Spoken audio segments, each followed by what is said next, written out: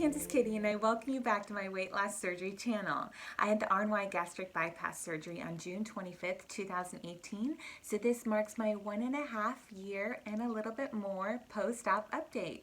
I started off my high weight at 238 pounds. I'm 5'6", I'm 39 years old. For a few more months, I'm going to be the big 4-0 this year in March, and I lost 100 pounds. I lost 100 pounds in the course of 9.5 months post-op. And when I arrived there, I knew I had created myself a maintenance range of 7 pounds. That's 138 to 145. I tend to stick in the higher end of that range. Let's just jump on the scale and see where I am today. As you can see, I'm 144 within my range. I am feeling really, really good. Not only 1.5 years plus post-op my RNY Gastric Bypass, but also 2 weeks post-op my new booty. Yeah, I had plastics a couple weeks ago. And let me just tell you, oh my gosh, it's been a 360. Like from week 1 to week 2, feeling really, really good. I'm feeling really thin these last few days, just this week, and I'm making really good food decisions. You know, I hadn't been burning as many calories, so I had to be very intentional with what I was putting in my body, and I'm feeling slender. I'm eating typically in the morning, I have my Bang keto coffee that I always do. If you want to kind of see my typical day, it doesn't change too much. I think I did one shortly after my 1 year post-op, kind of what I eat in a day video. Maybe I'll link that. Like, I'll throw a card up there. But I've got a lot of those what I eat in a day videos. I did that kind of my first year post-op. Anyway, I have my Bang keto coffee in the morning, and then typically right now my like go-to is Ezekiel bread. I love that Ezekiel bread straight out of the freezer. You know, it's got those it's sprouted bread, and I just put it in the toaster and I make myself a little PB&J in the morning. So I just use regular Jiffy peanut butter, and then I do use a sugar-free jam, and I love jams. Like, I'll do an orange or a raspberry or a blackberry, or just something on there. Anyway, that is my go-to breakfast right now. Then usually for lunch right now, I'm just having a little salad, and I'm just kind of chopping up a salad, adding some protein in there.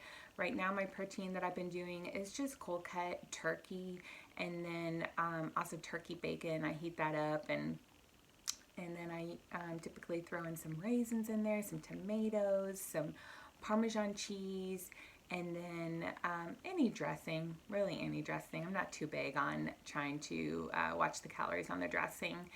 And I do feel, you know, someone else could probably eat a lot more.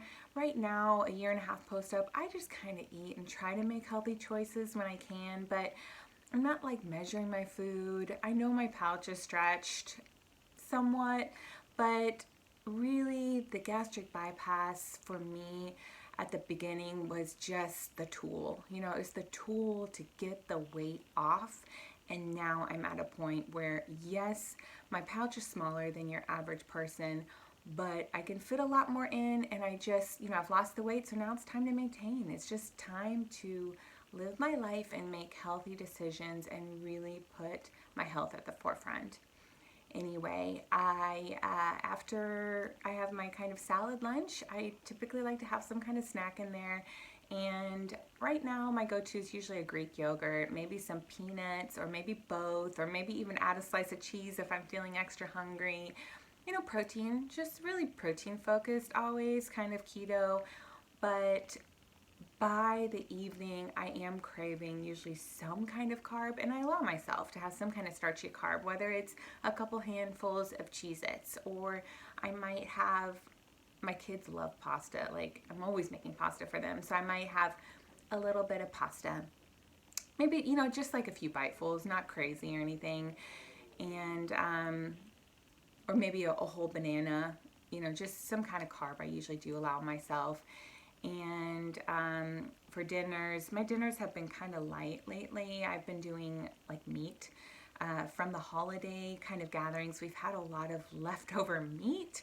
And so I typically just have a nice hearty piece of meat. I know I'm kind of missing the veggie in there. I might munch on some like celery or something.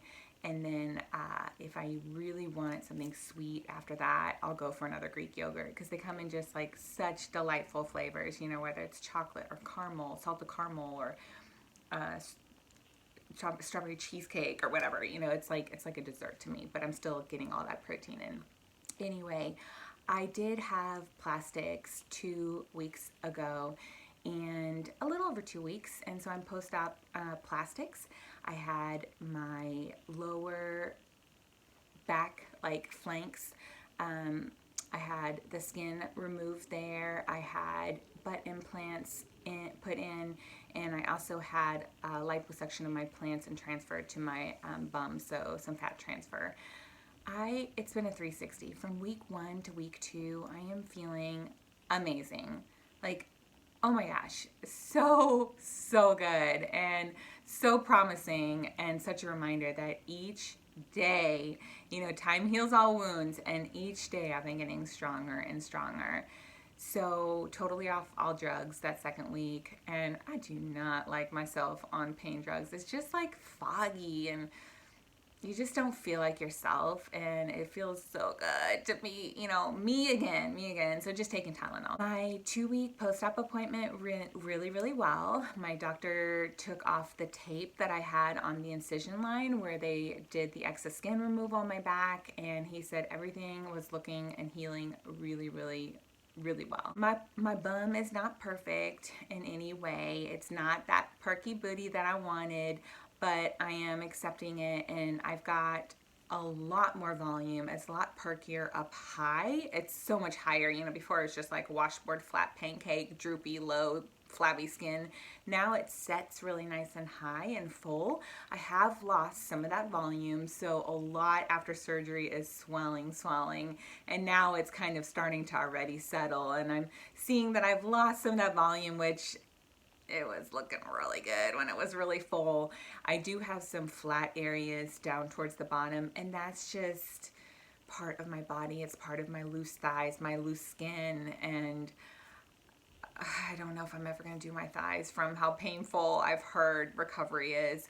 But the nice thing is he said it's not going to be a problem at all. He said we can do a revision in March, which I'm going to actually ask him to do it in February, and he's just going to transfer a little fat. He said either we can do a little lipo at the bottom of my kind of bum area where my thighs are, do a little lipo there and transfer, or just kind of move some things around. It's going to be in office. He says it's not going to take hardly anything at all, only like 20 cc's of fat to plump up those flat areas, and we'll just do it in the office, and I won't even be under for it. So I'm excited for that already.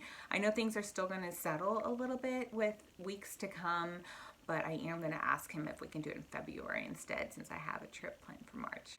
My doctor did give me the go ahead and start walking, and honestly, he hasn't been super restrictive. I always heard at the beginning, 3 to 4 weeks is when I can start with where I had the implants placed. But I know I'm not your average kind of patient, and I did go ahead and start walking this past weekend, and I just asked him, I was like, so can I walk this weekend? He's like, yeah. And I was like, and then maybe I can jog next weekend? He's like, yeah. So he hasn't been like, you have to do this, you can't do this. Like, he's been really just supportive of what I'm asking. So I kind of take that as listen to my body, and I'll just kind of adjust as needed. So last Saturday, my sister's been in town from Austin, and we got up, and the kids were still sleeping, and we went on a 4-mile walk. Yep. My first walk in the neighborhood, and we did 4 miles. And oh my gosh, it felt so good to get that fresh air in my lungs. It was cold out, and it just felt good. It felt weird because the only walking I had done at that point was around the house, really. And if I can compare this to anything on how the implants feel, and mind you, I am sitting now, so that is something new, because he said I could start sitting for short bursts, or by 3 weeks, and I'm almost 3 weeks. Well, a little over 2.5 weeks right now.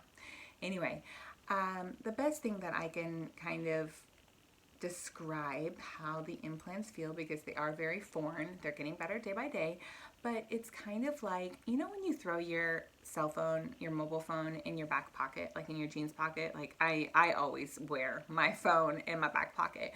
But you know, you've got this big bulky phone in your pocket, then you maybe throw your keys in, then you might be running out and you actually throw your wallet in, and all of a sudden you've got so much stuff in your back pockets and you feel weighed down. That's how I feel like on a daily basis right now, but I have nothing in my pockets. So I just feel like there's something there weighing me down. I've heard other people say it feels like they have done some intense like working out and maybe some intense stair workouts that burn, constant burn.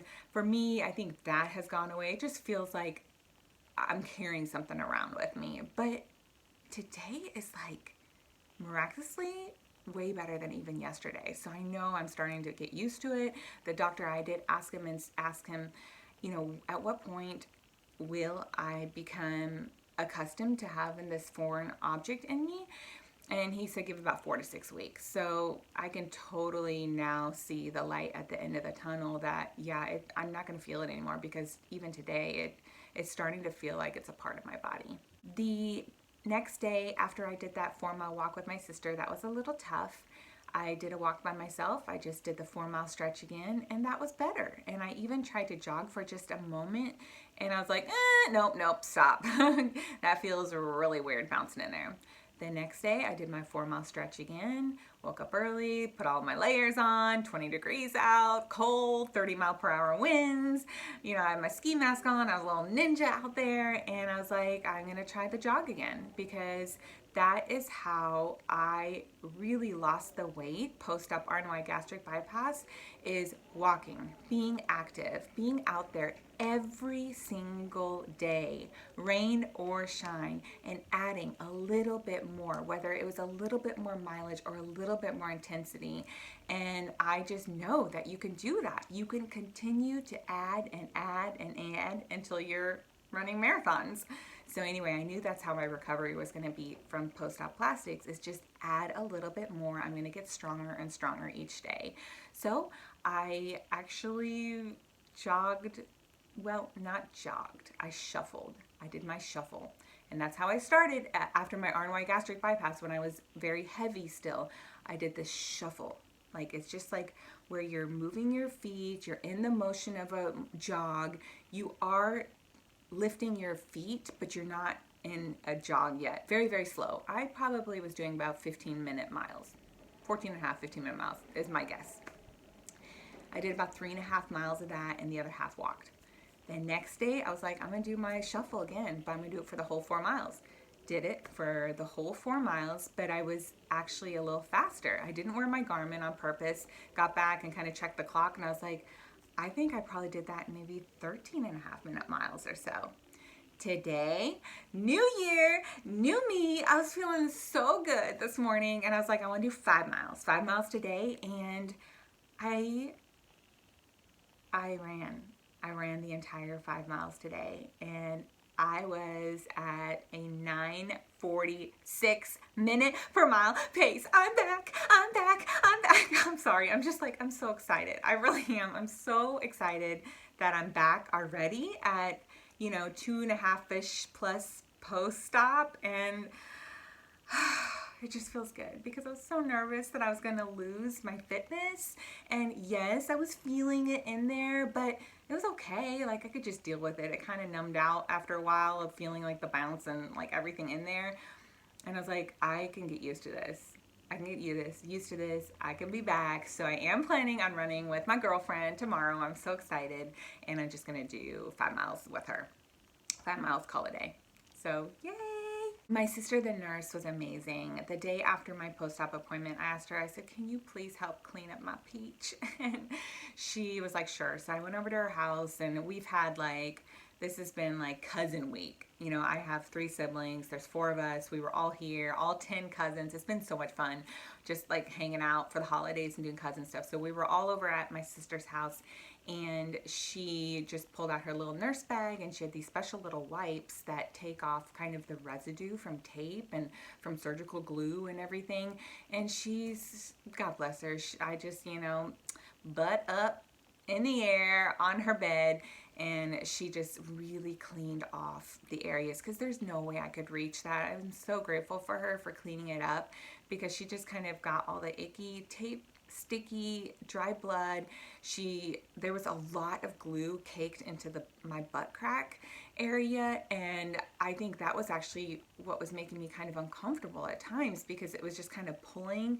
And so she just kind of like, pulled it all off, and she's like, does that hurt? Does that hurt? I'm like, no, it's okay. It's okay. Thank you. Thank you.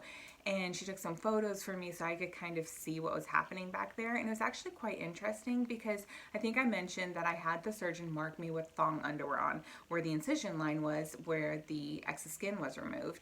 And she said, your incision actually does not meet.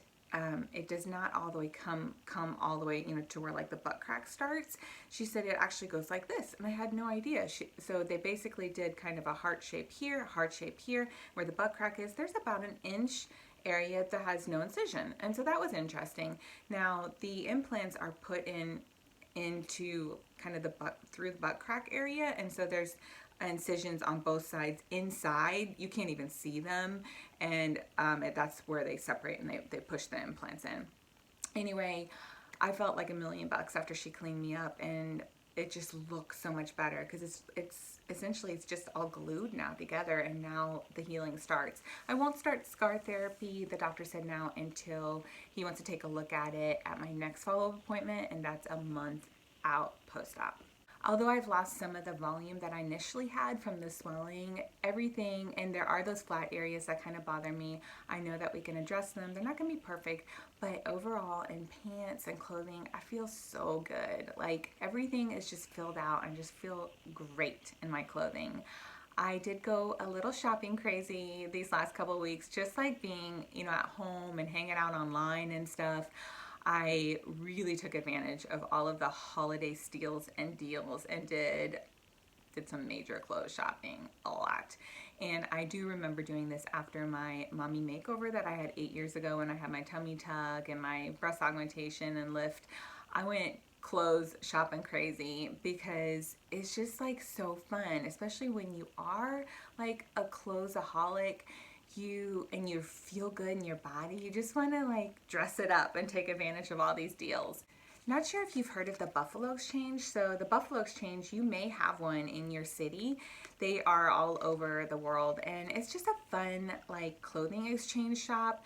They do really focus on higher end brands or just things that are really in style and in fashion and really trending. And so my niece works there. She's 18. She goes to Kansas City Art Institute. She's our little budding artist, and she really believes in, sustainability, and all her makeup is like made by products that are animal cruelty free, and she just really believes in that like clothing exchange. And so she's been seeking out these Buffalo Exchanges all over when she travels, and as soon as they opened one up here in Kansas City, she was the first one to apply and she got the job. So anyway, we went to go visit, my sisters and I went to go visit her there, and really hip, cool shop. It's in the Westport area in Kansas City, and it just reminded me that this is a good time, since I am doing shopping, to just clean out some of my clothes, and not because they're too small or too big, just do like a fun refresh. So I've got plenty of clothes in my closet. I think I'm going to do that in the coming weeks and just take it there. If I can sell some, great. If not, then I'll just donate to charity. I hope you guys all had a wonderful new year. I rung it in pretty quietly. I just hung out with my man friend for the evening at his apartment. He kind of has like a loft apartment, and it's in a really nice part of town. He actually lives on the Kansas side, and we just hung out, chilled, just enjoyed each other's company and played some games and just had a good time. As I kind of reflect back for 2019, I recognize that it was a year of maintenance for me.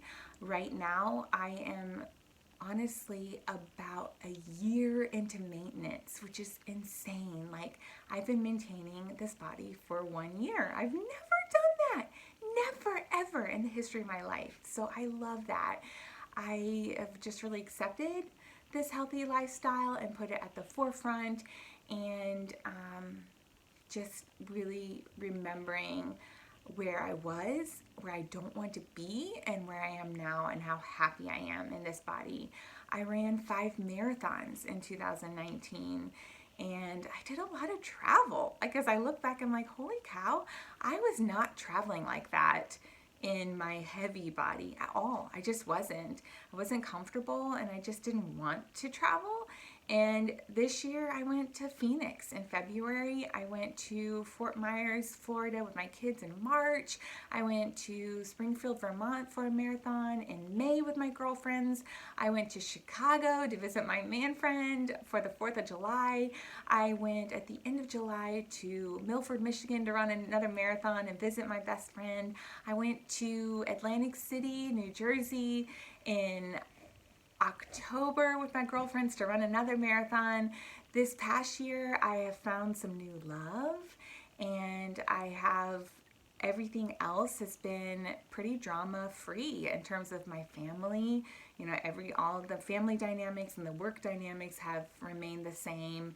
And I got a new butt for Christmas. Like, pretty awesome year. So for 2020, what's ahead? Just maintain. Like, I don't want anything crazy to happen this year. I'm pretty financially, stable and comfortable, and I want to maintain my weight, maintain my health. I want to continue running. I want to see this relationship of mine blossom even further. I want to support my kids with a couple new sports that they're interested in this year. And I want to just keep everything the same in terms of my job and family, just like keep everything, household, all that the same.